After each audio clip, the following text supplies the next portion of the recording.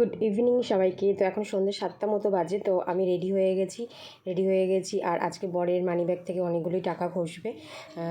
তো অনেক দিন পরে আবার শপিংয়ে যাচ্ছি। বাইরে বেরোনোর জন্য আমি এক পায়ে খাড়া। যখনই বাইরে বেরোনোর কথা হয় আমার আর আনন্দের কোনো দিশা থাকে না।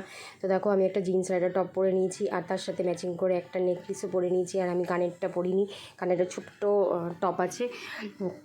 তোমাদেরও একটু নেকপিসটা দেখিয়ে দিলাম আর একটুখানি আয়নার সামনে একটুখানি ঢং করলাম আর ঢং করে দু একটা রিলসও করে নিয়েছিলাম।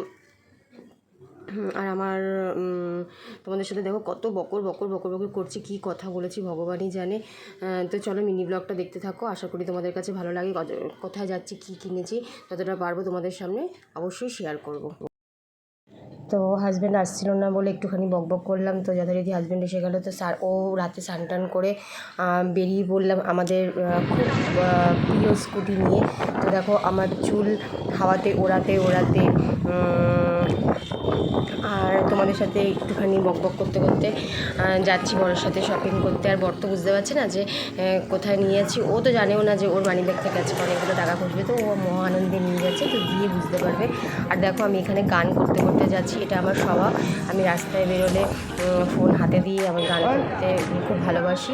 তো যথারীতি চলে এসেছি এখানে এসে স্কুটিটাকে পার্কিং করবে। আর দেখো আমরা এখানে এসে তোমাদের একটা জিনিস দেখাবো। তো চলো, প্রচণ্ড ভিড় ছিল। তো যাচ্ছি যেতে চলে এসেছি, জায়গায় পৌঁছে গিয়েছি। তো এটা হচ্ছে ডালনা বেশি মার্কেট। আর এখানে প্রচুর মাছ ছিল। তো হঠাৎ করে বুঝতে পারছি না যে মাছগুলো কি মরে গেল। আমি আমার ছেলেকে বললাম দেখো একটা মাছ মনে হয় বাবা মরে গেছে।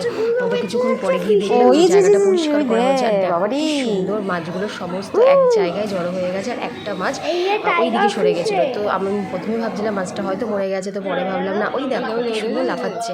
তো দেখে মনটা খুব শান্তি হলো যে না মাছটা বেঁচে আছে। আমার ছেলেও খুব পরিষ্কার করে মনোযোগ সহকারে দেখলো।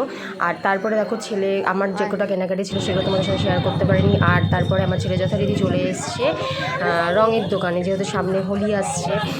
তো ও রঙ দেখেছে আর ও রঙ কিনবে না, এটা তো হতে পারে না। রঙ, পিচকারি, বেলুন সমস্ত এক জায়গায়। দেখো এত বকর করছে, আমি রীতিমতো নিয়ে হয়ে গেছি। তারপরে আমরা ওখান থেকে সমস্ত কেনাকাটি করে ও রঙ কিনলো, বাবা রঙ কিনলো, আমি তো কিনবো না সেরকমভাবে। তারপরে আমরা এই যে এখানে চলে এসেছি। এখানে হচ্ছে ধোসা খেয়েছি, ওর বাবা খেয়েছে হচ্ছে দই বড়া, আরও অনেক কিছু কী সব খেয়েছে। তারপর ছেলের জন্য লাস্টে মোমো প্যাকিং করে নিয়ে বাড়িতে চলে এসেছি। তো এটা আমার।